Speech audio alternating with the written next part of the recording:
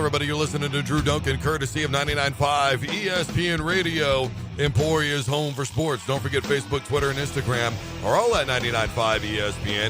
Of course, you can listen live all day, every day by going to 995ESPN.com. And, of course, you can download our app, 99.5 ESPN, available on your Android and iPhone devices. Guys, he is a former player at Emporia State. He is originally from upstate New York. He has gone on to many successful endeavors in his time since his playing days here at ESU. I've been talking about him all week long, and I'm really excited to have him on the program. His name is Troy Matin, and he's right here live on 99.5 ESPN Radio. Troy, I want to tell you thank you very much for taking time out of your day to speak with us. Yeah, no worries. Absolutely. How you guys doing? Man, we're doing phenomenal. It's Friday. It's a beautiful day outside. Tomorrow's looking like some great swimming weather, man. How are your surroundings where you are, sir? Well, I'm actually down in Houston, Texas at one of our golf courses today. So, any day at a golf course isn't a bad place to be, but it's about 85 and sunny here in Houston, Texas. So it's a good day. Work on that tan, man. That's for sure. Troy, as I want to get into it here a little bit, one of the things that I would love to be able to talk to you about is the NBA Finals. We just had John Sally, former NBA champion, on this program. You grew up in that era watching his team, the Chicago Bulls, in 95, 96, that 72-10 team. There's been a lot of discussion, obviously, about LeBron, KD, Michael Jordan, et cetera, what the greatest team of all time is. I think we're looking at the true team game with the Golden State Warriors. As a former athlete yourself, what do you see right now with Golden State and Cleveland in NBA Finals? Oh man, I got to tell you, it's the new phase of basketball and how they play versus kind of the old phase of how they played basketball. I could see LeBron James fitting in those 90-era basketball teams with any of them and being able to play that physical, bring it to the lane, being able to battle and take shots from Charles Oakley and Patrick Ewing and all those guys. I don't think those Golden State guys would stand a chance against those 90 teams if the rules were implemented the way they were back then. So, I feel bad for LeBron really because he's kind of in an era that he doesn't belong almost. It's like he's the best player on the planet, and he's playing, with almost an entire league that plays this new style of basketball that he's almost trying to force himself to fit into. When, man, in the 90s, can you imagine him and Michael Jordan going at it? It would have been amazing. I think with the physicality of LeBron combined with the finesse of Michael, we could have truly seen a great rivalry. So I would actually accept that answer, Troy. And in terms of being physical, look, you played wide out. And one of the things that really bothers me, when people mention slot receivers in the NFL, the first name they always seem to go to is Wes Welker. You're a New York guy. What about Wayne Corbett? Why does he get lost in everything? It's so funny you said that. I was just listening to ESPN the other day. They were talking about is Wes Welker going to get in the Hall of Fame? And they were talking about how, that's a Wes Welker type, et cetera. Well, Wayne Corbett is the original Wes Welker. And what's really funny is that my coach during my time in Emporia State, Manny Matsakis, was Wes Welker's coach at Hofstra. And, and so when Manny came to Emporia, there was one guy on the receiving team that was taller than I was. I was the tallest receiver, and I played the X. I was the outside receiver. We had Jared Vito and Chet Publish. They played the slot, and I was out on the outside as a 5'9" guy. So it's amazing. I think I was born a decade too early, to be honest with you. And speaking of a decade early, I mean, you've seen a lot of transitions in this game. You've seen everything go from where you were almost basically like a Mark Jackson in his day with the Denver Broncos, 5'9", and now we see guys like Antonio Brown are 6'4", Randy Moss of their day 6'4". Is it almost unfair now playing quarterback in college and in the NFL with how they've changed the wide receivers? It's almost like throw it up and somebody will go and get it. Yeah, it really is. What's interesting is I coach a lot of youth football now, and there are very few guys in the NFL that actually catch the ball the right way. It's their athletic ability and the way they jump and how tall they are. They're going up and getting the ball, and a lot of times they're not catching it with their hands. They're jumping. So Randy Moss, he's going to go on. He's a Hall of Fame receiver, and he caught a bunch of balls basically with his chest and gut because he could out-jump people. It was unbelievable. So, the cornerbacks and the rules of changing of how you can jam or not jam, all that stuff favors, these big, powerful, tall receivers. And, man, it's a different game, that's for sure. We're talking to Troy Matin right here live on 99.5 ESPN Radio, Emporia's Home for Sports. He is a former wideout, as you heard, right here for the Hornets. Speaking of the Hornets, there's a lot of circulation. Some murmurs are beginning to happen with a lot of returning talent offensively and defensively combined. You're looking at nearly 20 players that are coming back for Emporia State. Troy, what do you see going forward for Emporia State this season with Coach Garen Higgins and company? Well, I played golf with their quarterback, and I got to tell you, I'm very impressed with him. His demeanor, his competitiveness, and I think everything starts on offense with the attitude and the DNA of your quarterback. And so I think that's really the big key, is to have that leader in the huddle. And so when you talk about bringing a team back, having 20 players, consistency and being able to look across the line of scrimmage. Or look down the line of scrimmage and see people that you know and trust, and they're going to do the right thing, and you just concentrate on the job that you're given on every single play.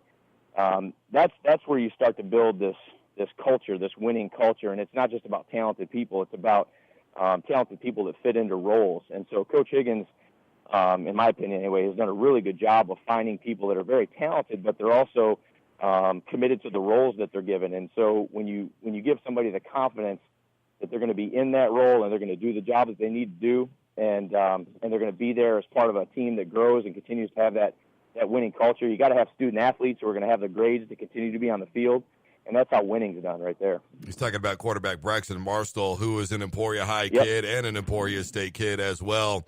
One of the things that we always talk about is quarterbacks, but they've got some great returners at defense as well. Jace McDown at linebacker. As we all know, ultimately, defense does win championships. Do we get too centrally focused on offense, though, do you think? I mean, obviously, it does start with the name of the game is score more points, right? We know that. But do you think that this defense could be good enough this year that if the offense is having a bad day, they would be able to carry the load for the offense and pulling through some tight games? Yeah, for sure. The big thing is making sure that we, everyone talks about controlling the line of scrimmage and that type of thing, but it's really about having corners that can get the job done and let the linebackers and people concentrate on the line of scrimmage. So really for me, talking with Coach Higgins and some of the defensive players, the cornerback and safety play is what I think is going to make or break the defense for sure. Troy Matin, you're an upstate New York guy, like I said, and yet you ended up coming here to Emporia State. I'm sure people would love to hear the story about how you ended up getting recruited to Emporia State, and ultimately, what was the final decision factor, and you know what, this is the community that I would love to be able to go to and take my talents with.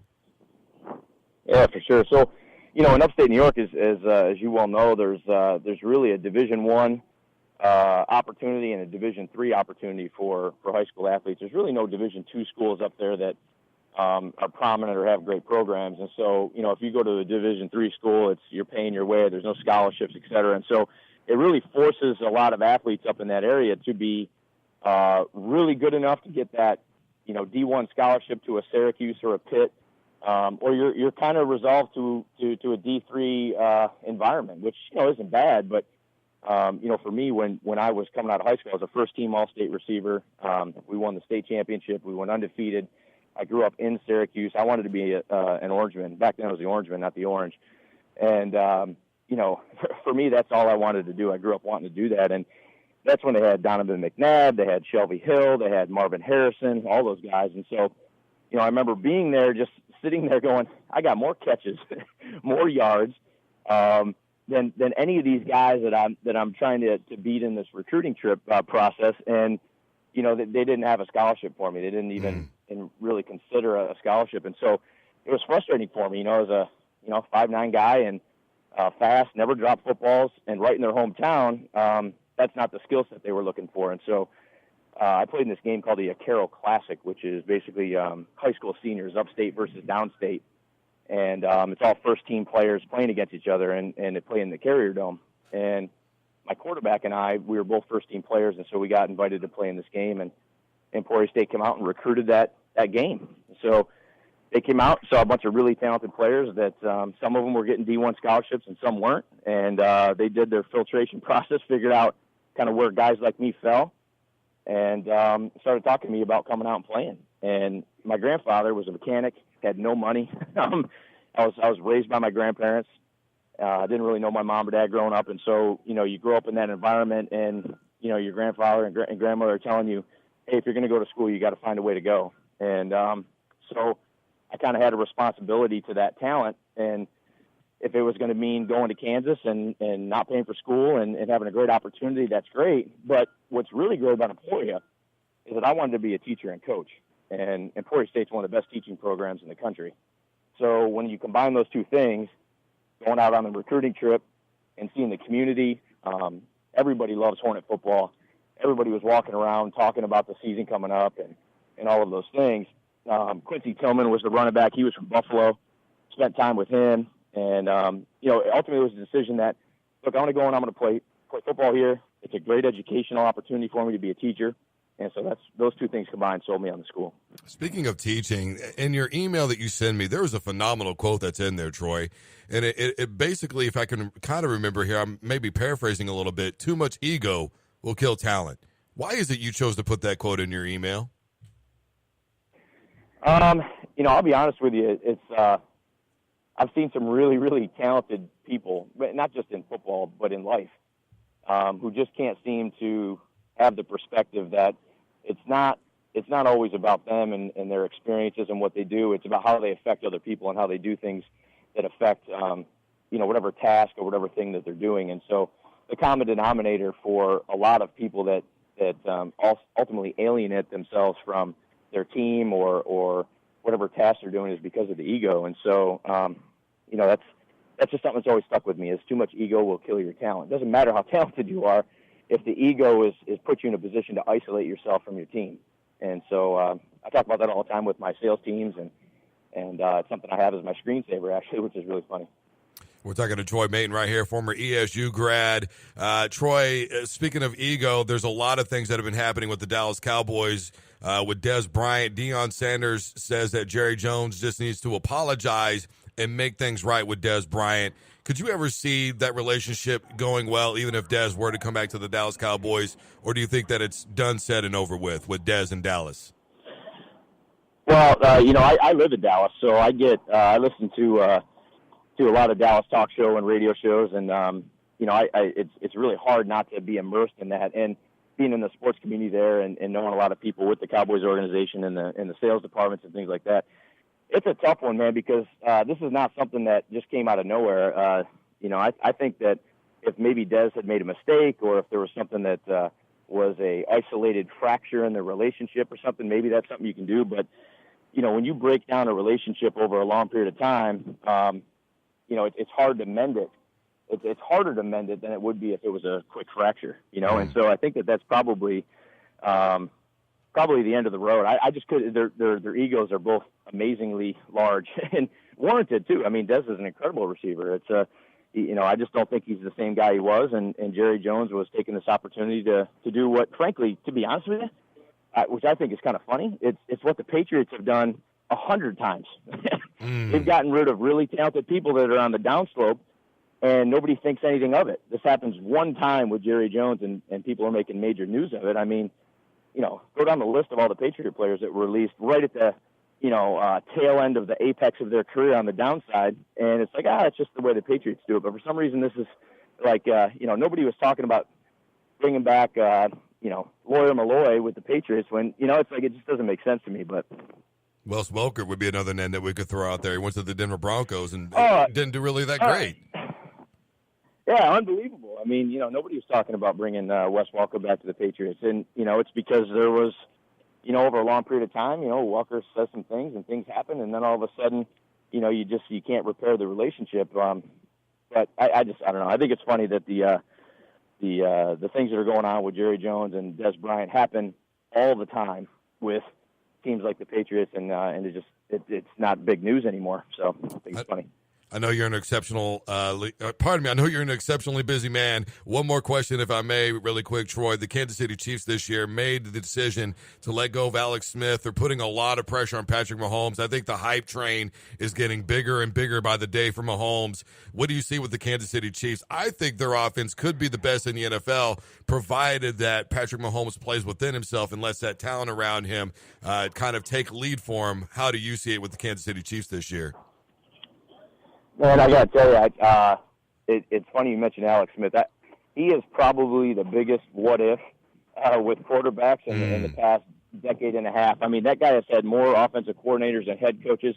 I mean, what a talented guy. I kind of liken this to I know he's not on the Brett Favre level or anything, but when you turn the keys over to Aaron Rodgers and, it's like, well, what are you getting? You don't really know. You think you know, but you don't know. And, that turned out pretty well. I think Andy Reid's a really smart guy. And I would love to see somebody else be able to come in. I just wish it wasn't happening to Alex Smith. I wish it was happening to, some other guy. Because, man, that guy, he deserves to get with the team and just stick it out. And, unfortunately, that's going to be the storyline of his career. So I think the quarterback change was probably needed. I just wish it wasn't an Alex Smith type guy that had it happen to him. So one of the winningest quarterbacks in all of the NFL over the last 4 or 5 years. Only Tom Brady and Russell Wilson have won more games than he has. I mean, it's insane to think about that they were willing to let him go like that. Yeah, it's pretty crazy, and that's one of those things. It's funny because if this would have happened 2 years ago, that's a move that the Cowboys should have made, and we, down in Dallas, they would have gladly taken Alex Smith. I know Dak is, there's a lot of Dak hype and everything, but I'll take Alex Smith with the talent around what they're doing, as opposed to the Dak Prescott, maybe flash in the pan type situation. So I don't know. I feel bad for that guy. Yeah, I agree about Alex Smith, indubitably. I take him on my team.